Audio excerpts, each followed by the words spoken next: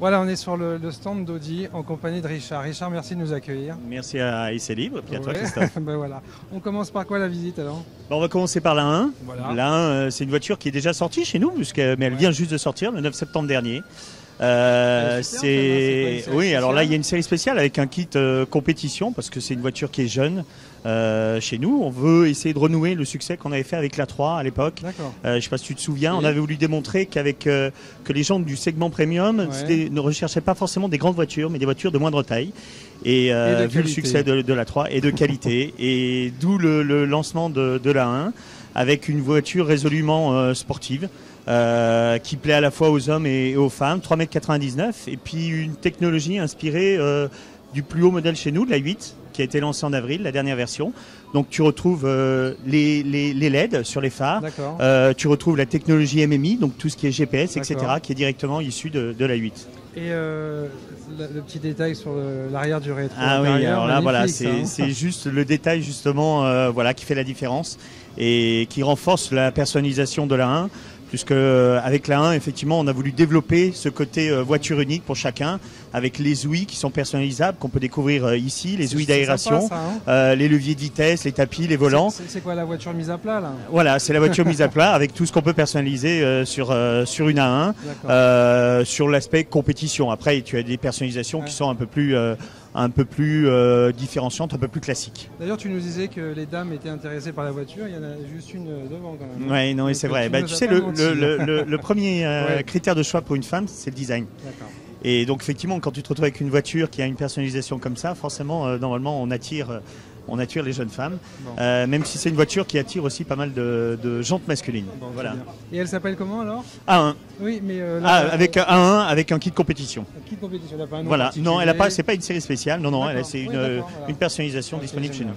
Niveau motorisation? Niveau motorisation, il y avait 4 motorisations jusqu'à présent. On vient d'en présenter une nouvelle qui est un 185 chevaux sur la base d'un TFSI. Et puis après, tu as les motorisations diesel, 2 motorisations, un 90 chevaux et un 105, avec des émissions qui descendent même jusqu'à 99 grammes. Donc c'est une voiture aujourd'hui qui est complètement dans l'air du temps. D'accord. Donc Audi à fond dans l'environnement aussi. À fond dans l'environnement, et on le découvrira tout à l'heure sur une autre voiture que je vais te présenter.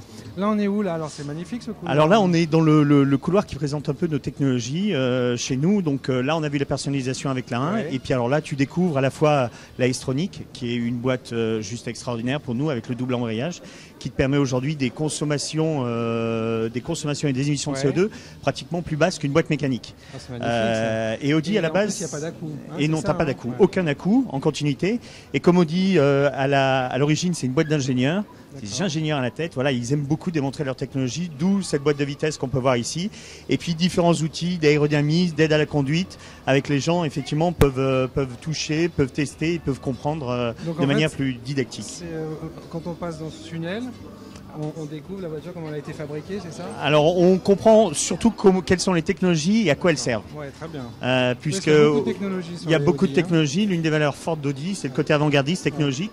Et au-delà de sigles un peu complexes, de SP, de choses comme ça, on veut leur démontrer qu'ils puissent voir à quoi sert chaque technologie. D'accord, ok.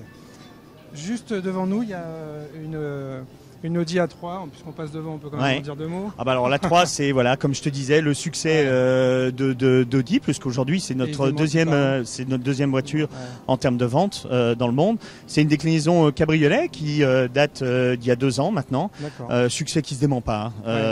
Voiture, valeur sûre, qui se tient extrêmement bien en vente et qui vient d'être lancée en Chine. Qui est aujourd'hui le premier marché pour nous. Et on vient de lancer cette A3. Et elle était bien accueillie? Alors pour l'instant c'est encore tout jeune puisqu'elle a été lancée le mois dernier, mais vu le succès des précédents modèles, j'ai pas d'inquiétude pour elle. Ok, on va vers où maintenant? On va découvrir le Quattro Concept. Ah génial. Alors Quattro Concept, tu vas voir, c'est une innovation, une réinnovation, une réédition. C'est beau, c'est une réinnovation. Oui, n'est-ce pas, c'est un nouveau terme.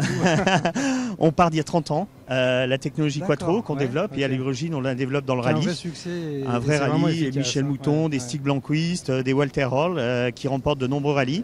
Et cette année c'est les 30 ans du Quattro. Et on a voulu rééditer le Quattro Coupé Sport qu'on avait lancé en 84, qu'on avait produit en 217 exemplaires. et ben, le rééditer avec les technologies d'aujourd'hui, le design d'aujourd'hui, même si tu retrouves des petites touches qui rappellent le modèle d'origine, à savoir les anneaux effectivement qui sont ici sur l'aile. Tu retrouves les touches sur le tableau de bord que vous pourrez découvrir sur le côté comme ça, qui font vraiment référence à cette voiture à l'époque. Là, tu as une architecture RS5, un moteur TTRS. 408 chevaux. Donc on dit ce que c'est. Le TTRS, c'est la version très sportive du TT. D'accord, ok. Donc une voiture résolument sportive avec un bruit d'enfer, destinée aux passionnés, voilà, mais qui est encore au stade de concept. J'allais poser la question, est-ce qu'on va la voir rouler ou pas? Et on murmure chez nous effectivement qu'on est à 2 doigts de prendre la décision. On prendrait la décision pour nos fidèles clients. Ce serait une production vraiment en toute petite série. Rien n'a été validé, donc je ne peux pas t'annoncer un scoop encore, mais en tout cas c'est à l'étude. Super dedans. Hein. Ah oui, alors en plus tu peux voir beaucoup d'utilisation du carbone, comme la Quattro à l'époque, à la fois ici, à la fois à l'intérieur, des casques qui ont été personnalisés, des lignes de bagages qui ont été personnalisées. Et puis voilà, comme je te disais, les touches que tu peux retrouver autour du cadran du tableau de bord qu'on retrouvait sur le Sport Quattro à l'époque. Hein. Bon, alors qu'est-ce qu'il faut faire? Il faut que j'appelle quelqu'un pour que... Ah bah déjà, tu as fait passer un message, je vais le faire remonter. Déjà, beaucoup d'influence et c'est libre sur nos décisions. Bon, hein, tu sais. Super. Maintenant, je vais t'emmener voir une deuxième grande nouveauté de série chez nous, qui est la 7 Sportback, qui sera lancée en octobre prochain, le 28 octobre prochain. C'est là, hein. Ah oui, c'est là, exactement. Elle est prête, donc tout va bien. Et voilà, c'est ça quand même sa première mondiale. C'est la première fois que le grand public la découvre, même si c'est rare d'être aussi proche entre une première mondiale en lancement effectivement. Et après en commercialisation. Alors on avait présenté déjà des photos de la 7 Sportback en juillet, mais personne ne l'avait vue, hormis effectivement tes confrères journalistes. Donc là, c'est l'arrivée du haillon sur une grande berline chez un Allemand. L'idée, c'est effectivement d'avoir le coupé en 5 portes, la voiture plaisir à 100%, avec une grande fonctionnalité, parce que tu vas voir, on va se retrouver avec un coffre très grand, et puis une ligne superbe qu'on réussit à maintenir avec l'absence de montant, par exemple, sur les portières, à la fois arrière.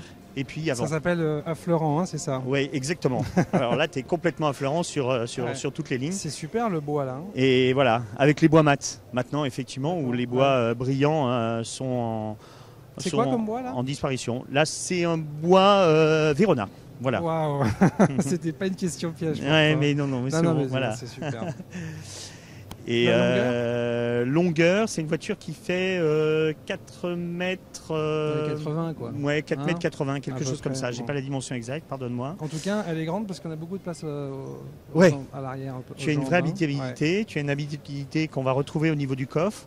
C'est une voiture aussi qui, en termes de motorisation, est plutôt exemplaire dans le segment, puisque tu as un 6 cylindres diesel avec... Oui. On est en train de parler de moteur. Non, là tu es sur, en plus tu es sur du Quattro de série, et là tu as une motorisation qui fera 139 grammes sur un 204 chevaux, un 6 cylindres. Effectivement, dû à la ligne, dû à l'exploitation effectivement de la récupération d'énergie, du start and stop qui est de série sur l'ensemble de nos véhicules. La boîte, c'est boîte S-tronic. D'accord. Voilà, donc rapidité. Même chose, échange, rapport, facilité de passage des rapports, un vrai confort. Tu sais à peu près la gamme de prix? Alors elle démarre à 53 200 €, et puis après effectivement on peut monter toujours un peu plus haut avec beaucoup de personnalisation chez nous. C'est une voiture qui est assez bien positionnée quand même sur le segment, puisque le modèle au-dessus en termes de numéro, tu vois, c'est la 8, et la 8 démarre à 82 000 €. Donc tu as une vraie différence, c'est un vrai positionnement pour cette voiture-ci. Et le marché, la concurrence, c'est qui? Alors tu as... on les cite pas. Non, mais c'est moins ça. Mais effectivement, il y a des voitures assez similaires sur ce positionnement-là de couper 5 portes. Chez nous, ça va être des gens qui vont vouloir en tout cas retrouver le vrai plaisir. La 8 étant un peu plus statutaire, la 6 présentant un aspect pratique. Donc c'est cette double combinaison qu'on recherche avec une voiture de ce type-là. Ah ben, génial, on a tout compris. Sans donner de marque concurrente, c'est très fort. Richard est très fort. Là, on est devant un concept. Là, hein. Voilà, le concept dont je te parlais tout à l'heure. Donc e-tron, ok. e-tron, Christophe. C'est le concept, c'est le 4e concept e-tron qu'on présente. Le premier, on l'avait présenté à Francfort. D'accord. L'idée à l'origine du concept e-tron, c'est effectivement de donner un nom à la technologie électrique chez nous, comme on a Quattro pour le 4 roues motrices. Donc ça va, on vous souhaite le succès avec le Quattro. Et on espère qu'on va le renouer, puisque les premières productions d'un modèle e-tron débuteront fin 2012. Tu vois, je commence par la fin et la question que tu allais me poser. Voilà. Oui, mais c'est pas loin, c'est voilà, bien. On aura des premières productions qui sortiront. Ce qu'on a voulu démontrer déjà, c'était développer des motorisations électriques sur des voitures adaptées pour. D'accord, c'est pas on enlève un moteur. Exactement, c'est pas on enlève un moteur. Non, on développe tout, tout en électrique, donc pour doser la consommation de la climatisation, doser la consommation de la radio et tous les équipements électriques de cette voiture-là. Ça, c'est le premier aspect. Et le deuxième, c'était de démontrer que l'électrique peut être du plaisir aussi. Ouais. Et on veut attaquer ce marché-là par le haut. On appelle ça en marketing d'une stratégie top and down. C'est assez marketing, mais c'est assez, on peut facilement l'imaginer. C'est effectivement s'attaquer aux voitures qui ont le plus besoin de ces motorisations-là. Et puis de montrer avec effectivement des jantes en hélice comme ça, un design comme celui-ci, que l'électrique, il y a un vrai plaisir là-dessus. Sur cette motorisation. Verra donc celle-ci. Alors on verra peut-être pas celle-ci, on verra une déclinaison e-tron. Aujourd'hui, il y a quoi, on sait. Alors non, on ne sait pas encore. Le modèle n'a pas été arrêté. Non, mais le modèle n'a pas été arrêté. Comme je te l'avais dit, il y en avait 4. Donc il y a eu celui de Francfort qui avait 313 chevaux. Il y a celui de Détroit qui avait 204 chevaux. Il y a même la 1 e-tron qui a été présentée à Genève en mars. Et puis donc celle-ci, e-tron Spider. Là, tu as un biturbo diesel de 300 chevaux. Il y a un moteur électrique de 88 chevaux, 44 sur chaque. Chacun fonctionne. Effectivement, tu as tout un indicateur sur le tableau de bord qui est assez didactique. Donc en ville, dans les embouteillages, on imagine que c'est le moteur électrique. Qui fonctionne, exactement. On arrive quand même à une autonomie de 1000 km sur cette voiture-là, parce que tu as une consommation de 2 litres 2, 59 grammes de CO2, donc on est... voilà. Là, c'est la conciliation avec du plaisir oui, exactement. Faut le dire, Plaisir 100% et consommation et environnement aussi, les deux alliés dans un seul modèle. Donc fin 2012. Fin 2012, première production. Peut-être pas de celle-ci. Oui, j'ai bien compris. Mais en tout cas, sur ce principe-là, voilà, exactement. La même puissance. Exactement, ce sera sur un principe similaire de voiture plaisir. Ça, c'est sûr. On peut dire autre chose? Je suis sûr que tu veux rajouter quelque chose. Je peux te laisser la découvrir. Si tu veux t'asseoir au volant, vas-y, tu peux regarder. Je t'en prie. Et toi, tu vas t'asseoir à côté de moi? Je te laisse la découvrir à l'intérieur. Tu viens pas t'asseoir, toi? C'est un autre monde, hein. Est-ce que c'est un monde où tu aimerais vivre? Ah oui, tout à fait. Mais on sent qu'il y a l'essentiel, quoi. Oui. On retrouve un design très épuré d'Audi. Et puis effectivement, on va aller de plus en plus dans cette ligne-là, parce que même s'il y a de plus en plus d'électronique et de plus en plus de fonctionnalités, l'idée c'est que les clients puissent s'y retrouver assez facilement. Donc d'où l'intérêt de rationaliser au maximum les fonctionnalités. C'est superbe. Hein. L'utilisation, même chose, aluminium, carbone, là, qui permettent au maximum d'alléger la voiture. Là, tu as du carbone. Tu connais son poids, non? Non, non, je ne l'ai pas en tête. Bon. Dans ces cas-là, qu'est-ce qu'on dit? C'est comme le fût du canon. Non, je ne connais pas.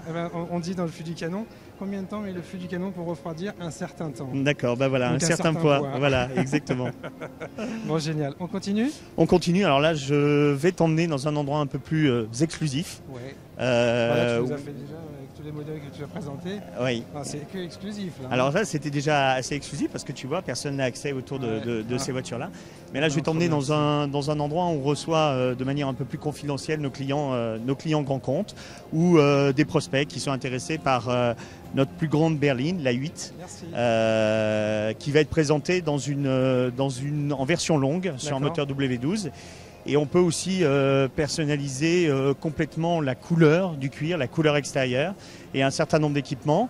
Tu sais que les Allemands adorent personnaliser leur voiture. Le système je te coupe, on passe devant ça, c'est juste magnifique. Donc c'est de la glace, hein, on est bien d'accord. C'est de la glace et alors effectivement, plus il fait chaud, effectivement, plus elle a tendance à fondre, mais elle se reconstitue tous les soirs, on la recouvre et puis elle se reconstitue sous cette forme-là. C'est magnifique. Il n'y a rien de mieux pour démontrer la technologie Quattro. C'est vrai, hein. Et à l'intérieur, c'est quoi? C'est une pièce? Oui, c'est une pièce, c'est des lettres en aluminium qui indiquent effectivement cette technologie-là. D'accord, génial. Voilà, c'était juste pour montrer parce que c'est juste magnifique. Donc, allons découvrir. Allez, alors, on te suit. Je peux peut-être te faire découvrir, avant de t'emmener dans l'endroit le plus exclusif, la boutique Audi. And I will love you like the rain.